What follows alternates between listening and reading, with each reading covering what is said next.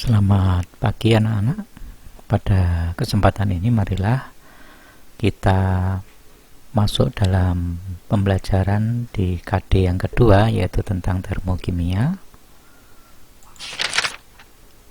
Mari siapkan dan simak materi berikut ini untuk memahami apa sih yang dimaksudkan dengan reaksi termokimia. Nah, kita akan belajar tentang peta konsep tentang termokimia. Termokimia itu jika ditinjau dari kalor reaksinya, maka reaksi termokimia dibagi menjadi dua. Yang pertama adalah reaksi eksoterm dan yang kedua adalah reaksi endoterm. Baik reaksi eksoterm maupun reaksi endoterm itu dibahas di dalam atau dinyatakan dalam suatu perubahan entalpi. Nah, di dalam pembelajaran ini nanti kita akan belajar macam-macam entalpi, yaitu ada perubahan entalpi pembentukan, yang kedua perubahan entalpi penguraian, yang ketiga perubahan entalpi pembakaran, yang keempat perubahan entalpi netralisasi, yang kelima adalah entalpi sublimasi, dan lain-lain. Sangat banyak jenis perubahan entalpi, yaitu tergantung dari reaksi yang terjadi. Jika reaksinya pembentukan, maka entalpinya pembentukan. Jika reaksinya penguraian, maka entalpinya disebut entalpi penguraian, dan seterusnya. Namun dalam hal ini yang prinsip kita pelajari 4 bagian ini yang utama. Yang lain-lain itu merupakan suatu pengembangan.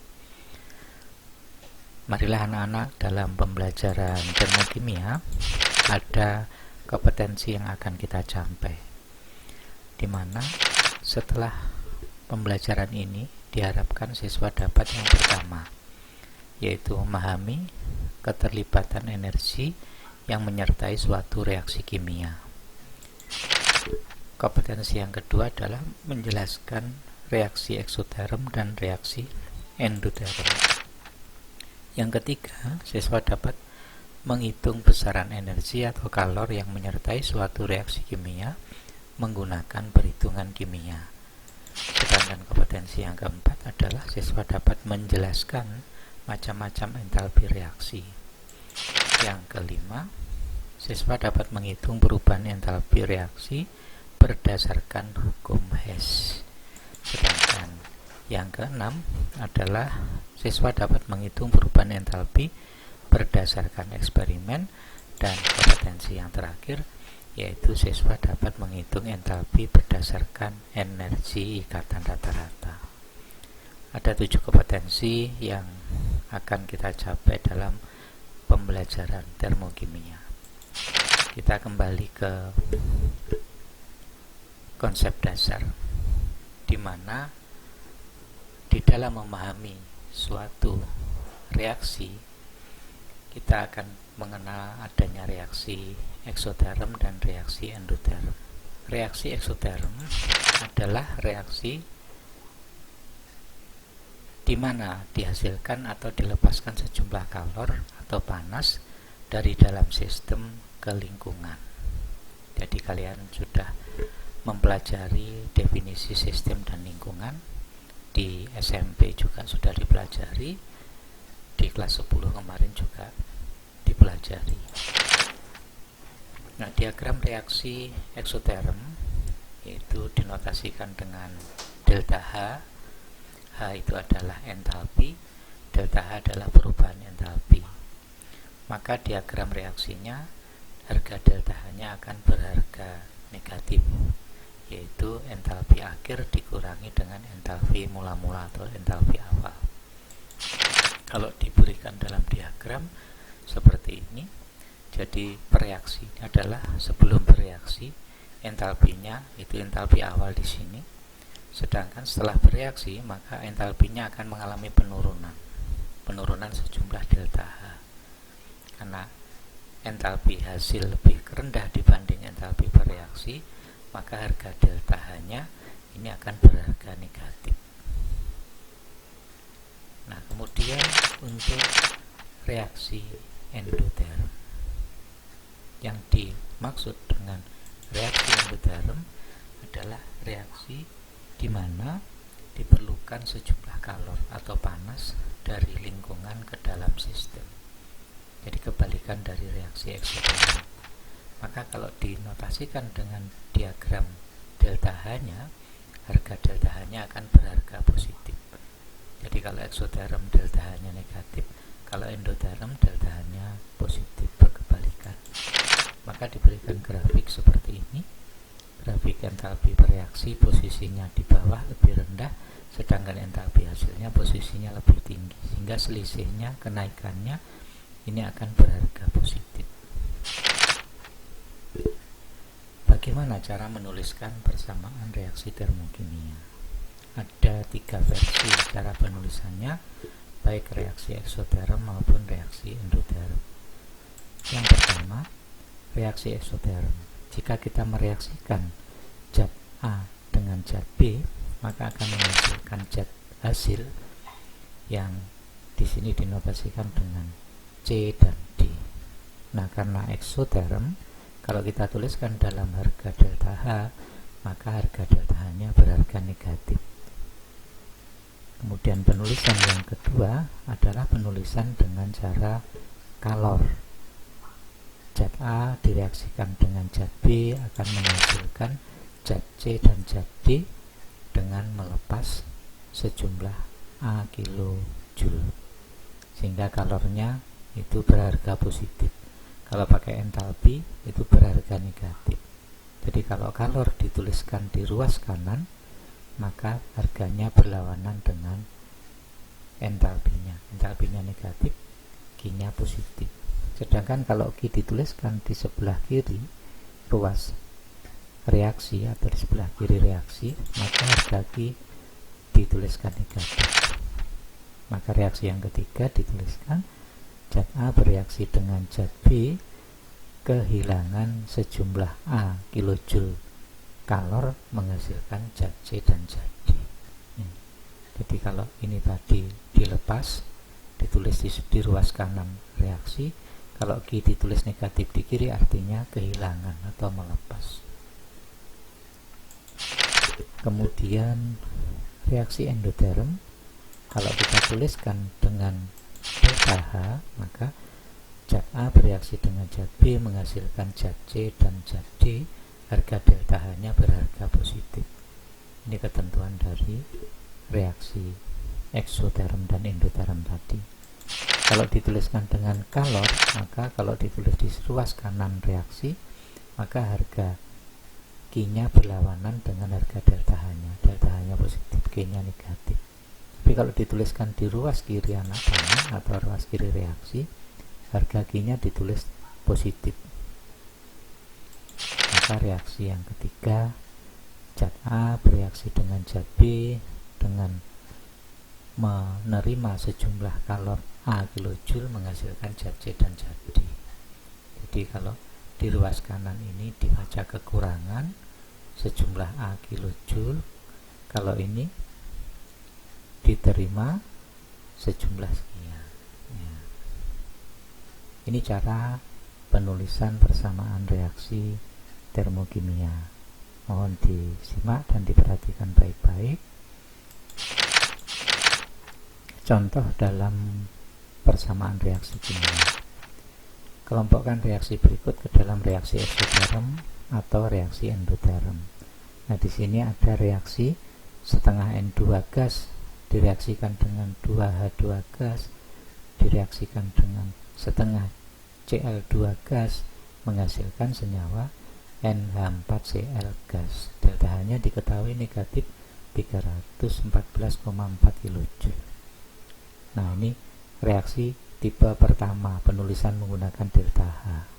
Karena delta H-nya negatif, maka reaksi ini tergolong ke dalam reaksi eksoterm. Contoh yang kedua, uap air H2O gas terurai menjadi gas hidrogen dan gas oksigen. Dituliskan di sini Q negatif 240 kJ.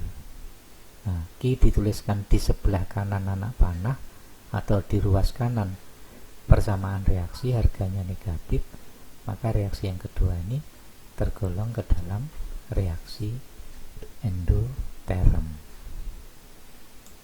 Contoh yang ketiga, fosfor bereaksi dengan gas klor Cl2 menghasilkan fosfor pentaklorida PCl5 dengan Q-nya sebesar positif 640 kJ. Nah, Q dituliskan di ruas kanan anak panah berharga positif, maka reaksi ini tergolong ke dalam reaksi eksoterm, sama dengan delta H negatif. Kalau delta H-nya negatif, maka Q-nya positif, berarti ini reaksinya eksoterm. Contoh yang keempat, gas hidrogen bereaksi dengan gas klorid negatif 184 kJ menghasilkan asam klorida HCl. Nah, karena Q ditulis di ruas kiri reaksi dan berharga negatif, maka reaksinya ini adalah reaksi eksoterm. Kemudian yang kelima, C2H4 ini adalah senyawa dari etena, akan terurai menjadi karbon C plus gas hidrogen. Delta H-nya berharga positif, maka 2266 kJ itu adalah kalor yang dilepas. Karena delta H-nya positif, maka masuk dalam reaksi endoterm. Nah, yang terakhir, contoh yang keenam, gas karbon dioksida bereaksi dengan uap air, kemudian plus 2218 kJ menghasilkan C3H8. Ini adalah senyawa yang diberi nama propana. Kemarin di pembelajaran daring pertama sudah dipelajari tentang senyawa alkana dengan rumus CN2N plus 2. Tadi kalau C-nya 3, hanya 8, ini masuk ke dalam senyawa yang diberi nama propana. Dan gas oksigen, karena Q di ruas kiri ditulis positif, maka ini reaksinya adalah jenis reaksi endoterm. Entalpi reaksi, apa sih yang dimaksud dengan entalpi? Yang dinotasikan dengan lambang H besar. Entalpi adalah energi dalam bentuk kalor yang tersimpan di dalam suatu sistem. Pada umumnya, entalpi suatu sistem disebut juga sebagai kandungan panas atau isi panas suatu sistem. Hukum termodinamika 1 menjelaskan bahwa harga entalpi itu besarannya sama dengan U plus PV, di mana U itu adalah energi dalam, maka perubahan entalpinya dinotasikan dengan delta H sama dengan delta U ditambah dengan delta PV, di mana H adalah entalpi, yaitu energi yang tersimpan dalam suatu sistem, U-nya adalah energi dalam, P-nya peristiwa tekanan, dan V-nya volume. Artinya perubahan entalpi itu bergantung pada energi dalam dan perubahan volumenya. Hukum termodinamika 1, delta H sama dengan delta U plus delta V. Perubahan entalpi yang dinotasikan dengan delta H adalah energi dalam suatu sistem tidak dapat diukur. Yang dapat diukur hanyalah perubahan entalpinya atau delta H-nya. Maka besaran harga delta H sama dengan entalpi akhir dikurangi dengan entalpi awal. Jadi H setelah bereaksi dikurangi H awal sebelum bereaksi. Ya. Macam-macam perubahan entalpi. Tadi kita di dalam peta konsep tadi ada beberapa macam, tapi yang utama adalah 4 macam yang kita pelajari. Yang pertama adalah perubahan entalpi pembentukan standar yang dinotasikan dengan delta H0F. F-nya itu formula, formasi, susunan. Artinya perubahan entalpi pembentukan standar adalah perubahan entalpi yang terjadi pada reaksi pembentukan 1 mol. Perhatikan di sini pembentukan 1 mol senyawa dari unsur-unsurnya pada keadaan standar. Nah, standar pada suatu reaksi termokimia itu menggunakan standar suhu kamar 25 derajat Celcius. Nah, kemudian contohnya, gas hidrogen bereaksi dengan gas klorin menghasilkan gas asam klorida. Diketahui delta HF-nya, delta HF0-nya sama dengan negatif 92,5 kJ. Perhatikan pembentukan 1 mol senyawa. Jadi HCl yang dibentuk itu adalah 1 mol.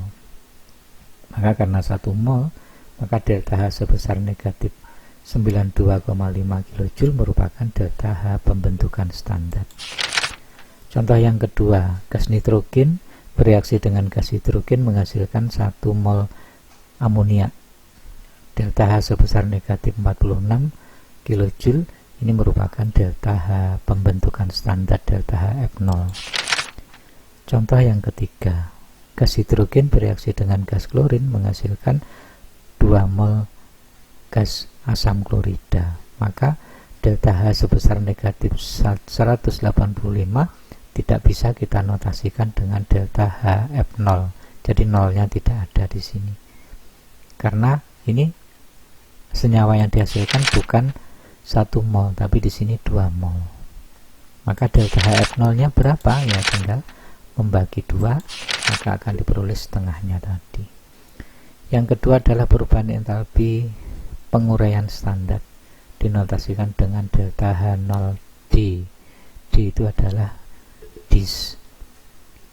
disosiasi, artinya terurai atau dekomposisi, dirombak.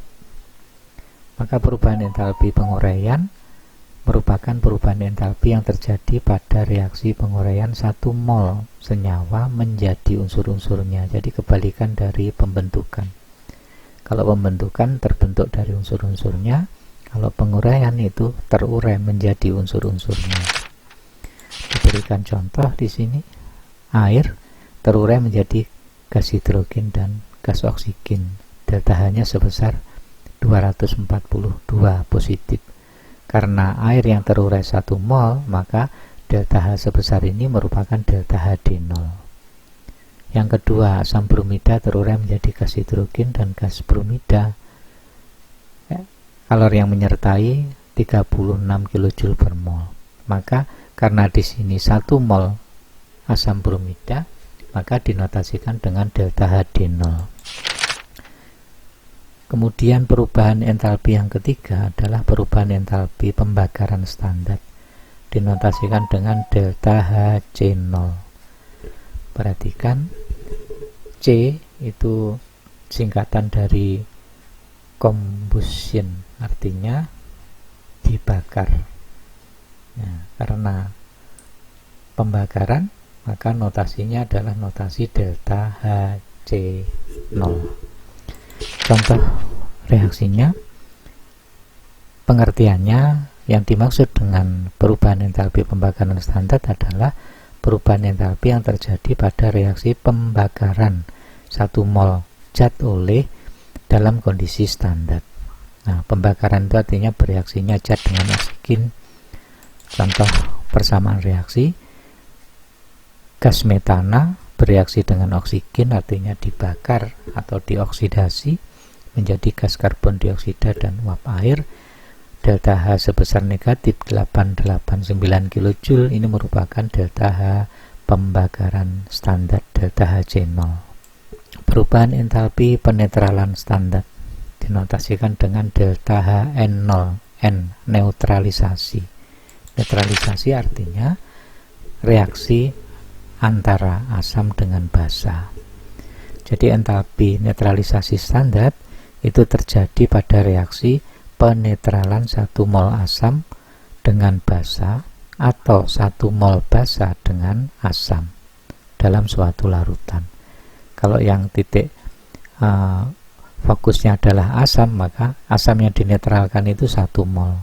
Kalau titik fokusnya basa, maka basa yang dinetralkan itu 1 mol, maka disebut dengan perubahan entalpi penetralan atau netralisasi. Contohnya di sini ada asam bromida bereaksi dengan basa kalium hidroksida menghasilkan garam kalium bromida dan air.